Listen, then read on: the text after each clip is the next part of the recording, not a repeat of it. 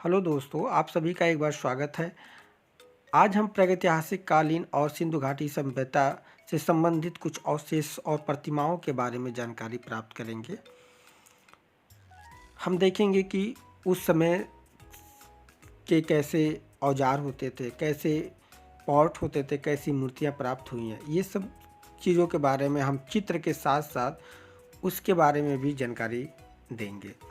तो सबसे पहले हम प्रागैतिहासिक कालीन चित्रों की बात करेंगे, जिसको लुबाक महोदय ने 1863 में 3 पार्ट में डिवाइड किया। मतलब कि प्रागैतिहासिक काल के जो समय है उसको 3 भागों में लुबाक महोदय ने बांटा था।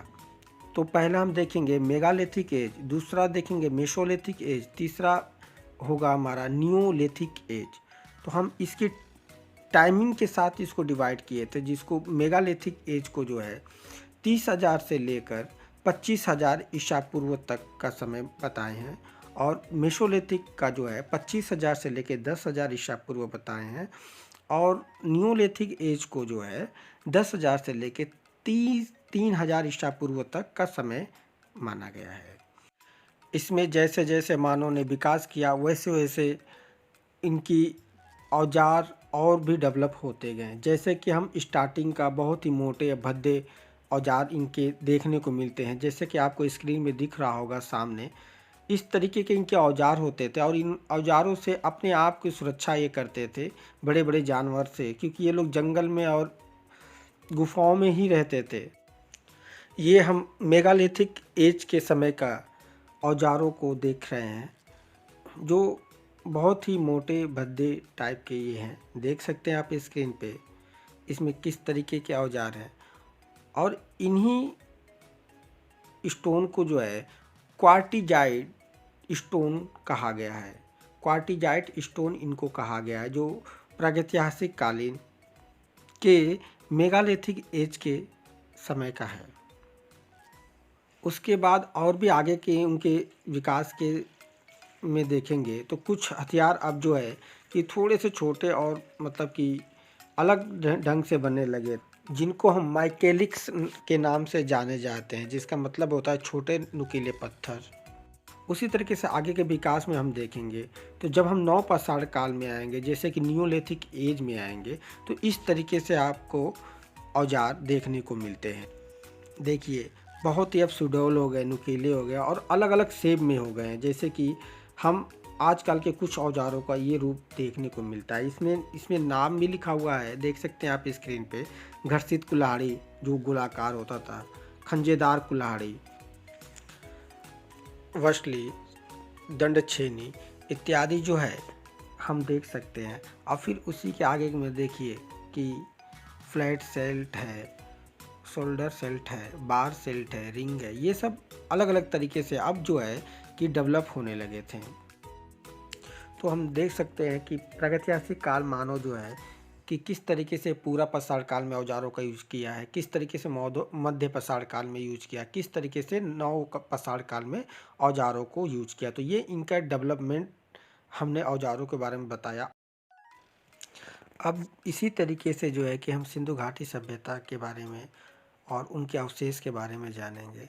जैसा कि हम जानते हैं कि सिंधु घाटी सभ्यता भारत की सबसे पहली सभ्यता मानी जाती है, जिसका समय 2700 ईसा पूर्व से लेकर 1700 ईसा पूर्व है, और वास्तुकला के दृष्टि से बहुत ही महत्वपूर्ण है यह हमारी सभ्यता। तो इसी के बारे में हम जानेंगे। तो इसके जो प्रमुख जो नगर हैं, इसको नगरी सभ्यता भी कहते हैं, और इसके 2 प्रमुख नगर हैं, एक तो हड़प्पा सभ्यता और दूसरी जो है कि सिंधु घाटी सभ्यता। और भी यहाँ से संबंधित मिले हैं, जैसे कि चन्हू, कालीबंगा, लोथल, रोपड़, बनावली, धौलावीरा, कोट दीजे और आलमगीरपुर, सुतकेंडो, रंगपुर, ये सब आदि स्थानों से हड़प्पा कालीन जो है अवशेष प्राप्त हुए हैं। तो उनके बारे में हम और भी आगे बात करेंगे, क्योंकि मुझे नहीं लगता कि एक ही वीडियो में सारी चीज़ें जो है कंप्लीट हो पाएगी। तो ये हमारा पहला पार्ट है इस वीडियो का। तो आगे भी हम इसके कई सारे पार्ट लेकर आएंगे, उसमें सारी चीज़ों का डिस्कशन करेंगे। तो सबसे पहले हम बात करेंगे कि हड़प्पा सभ्यता के कुछ अवशेषों के बारे में। जैसा कि मुझे ज्ञात है कि ये सभ्यता जो है कि अफ़गानिस्तान से लेकर भारत में दक्षिण में अगर देखा जाए तो दैमाबाद, और पूरब में देखा जाए तो आलमगीरपुर, और उत्तर में देखा जाए तो जम्मू कश्मीर मांदा, और पाकिस्तान में जो है सुतकेंडोर तक ये फैली हुई थी। लगभग 13 लाख के आसपास में ये हमारी सभ्यता पनपी थी, और आज भी इस पे रिसर्च हो रहा है। तो ये सभ्यता और भी मतलब कि प्राप्त होती जा रही है इसके अवशेष। तो हम कंफर्म नहीं कह सकते कि ये 13 लाख वर्ग किलोमीटर वर्ग में ही फैला हुआ है, उससे ज़्यादा ही हो सकता है, कम नहीं होगा।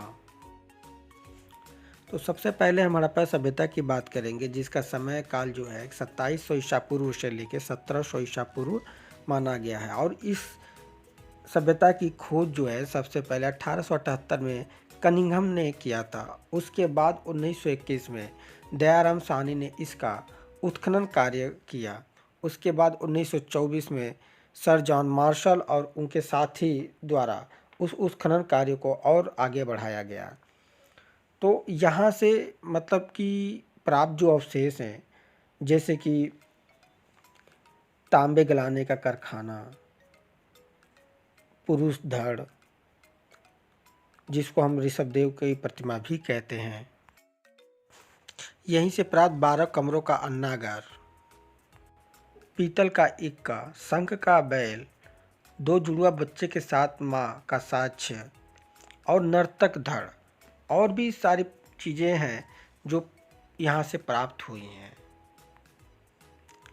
जैसे हम स्क्रीन पे देख सकते हैं कि धान कूटने की ओखली, देख सकते हैं इसकी जो चित्र है, इसको किस तरीके का धान कूटने की ओखली यहाँ पे बनाया गया है।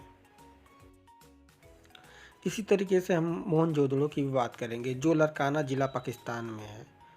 हड़प्पा भी पाकिस्तान में है लेकिन मोंटगोमरी ज़िला में है, ये हम ध्यान रखेंगे।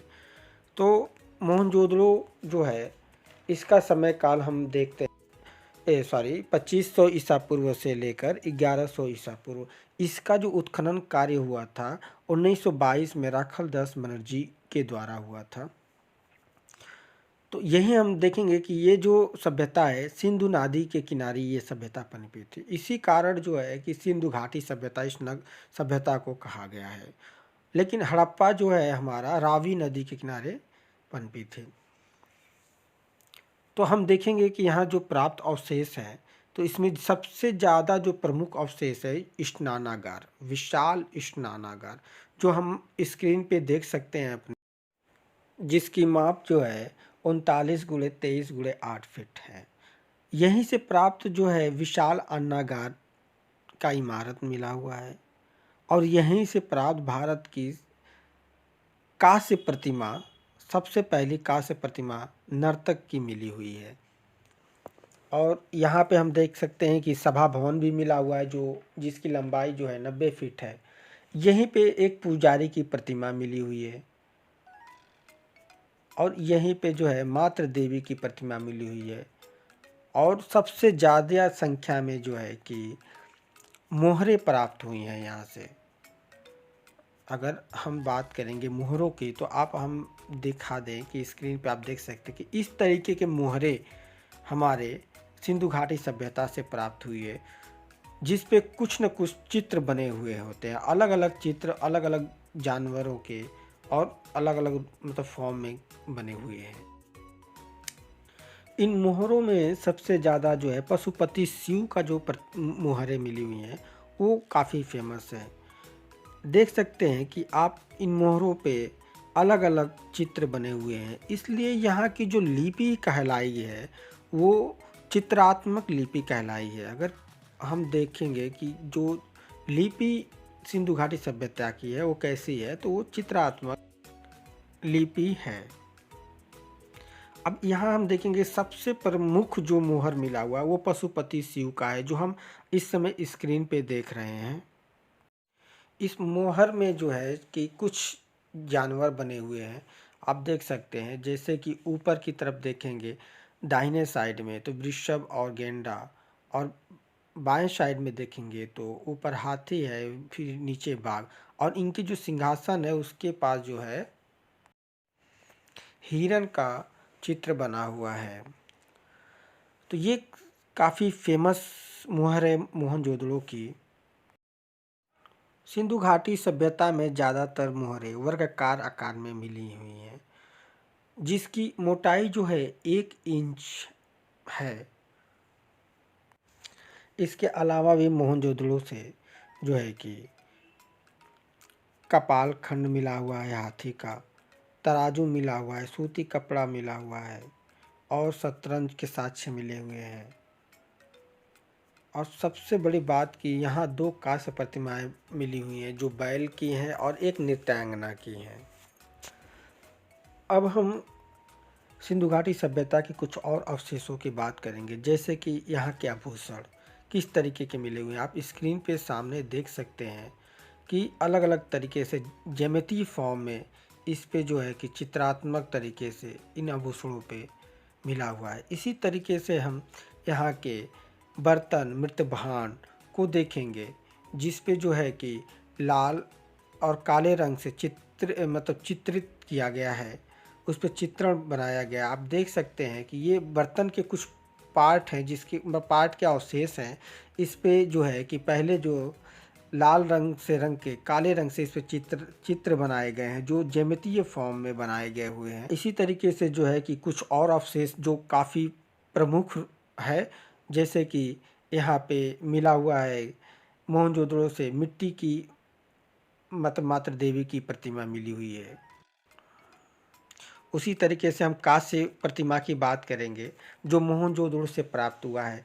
तो ये हम इसकी कुछ जानकारी बता दें कि ये सबसे पहले भारत की कांस्य नर्तक प्रतिमा है, जो 4.1 इंच की है। इसका जो साइज होगा 4.1 इंच का है और इसको जो है कि इस समय राष्ट्रीय संग्रहालय नई दिल्ली में संग्रहित किया गया है। उसी तरीके से हड़प्पा से प्राप्त पुरुष धड़ जो है काफ़ी प्रसिद्ध प्रतिमा है, जो कि हम स्क्रीन पे इस समय देख सकते हैं। इनके हाथ नहीं है, पैर आधे कटे हुए हैं। तो ये जो है आदिनाथ की प्रतिमा मानी गई है, जो जैन धर्म से संबंधित है, जिसका साइज जो है 3.4 इंच है और लाल बलुआ पत्थर में निर्मित है ये, जिसका संग्रह जो है राष्ट्रीय संग्रहालय नई दिल्ली में है। इसी तरीके से हम देखेंगे हड़प्पा की जो दूसरी धड़ है, वो पुरुष नर्तक का धड़ है, जो स्लेटी चुना पत्थर में निर्मित है और जिसकी जो साइज है 3.8 इंच है। और ये भी प्रतिमा जो है राष्ट्रीय संग्रहालय नई दिल्ली में संग्रहित है, जो काफ़ी फेमस है। हड़प्पा सभ्यता के मोहनजोदड़ो से पुजारी की प्रतिमा की बात करेंगे, जिसको त्रिफिलिया नाम से भी जाना जाता है, जो सफ़ेद बलुआ पत्थर में निर्मित है और राष्ट्रीय संग्रहालय कराची जो पाकिस्तान में है वहाँ पे ये संग्रहित है। इसकी जो साइज है 17.5 सेमी में है। सिंधु घाटी सभ्यता से जितने भी प्रमुख इन 2 नगरों से अवशेष प्राप्त हुए तो उसको हमने बता दिया है। और भी अवशेष प्राप्त हुए हैं और भी स्थान प्राप्त हुए हैं और उन स्थानों से बहुत सारे अवशेष प्राप्त हुए हैं, वो हम नेक्स्ट वीडियो में लेकर आएंगे और जो है कि उसके बारे में हम विस्तार से चर्चा करेंगे। हमारे चैनल को अगर आप पसंद किए हों तो उसको लाइक करिए, अगर सब्सक्राइब नहीं किए हैं तो प्लीज़ उसको सब्सक्राइब करिए और नोटिफिकेशन बेल जो है उसको बजा दीजिए, ताकि हमारा हर एक वीडियो जो है आप तक पहुंच सके। और कुछ कमेंट भी आप लोग करना चाहें तो कर दीजिए, जो भी इसमें गलतियां हुई हो या जो भी इसमें आपको अच्छाइयां लगी हो वो हम को बताइए, ताकि हमें पता चले कि हमारी बुराइयां क्या हैं, अच्छाइयां क्या हैं, ताकि उस चीज़ को हम आगे के वीडियो में सही कर सकें। हम नेक्स्ट वीडियो में मिलेंगे, तब तक के लिए थैंक यू।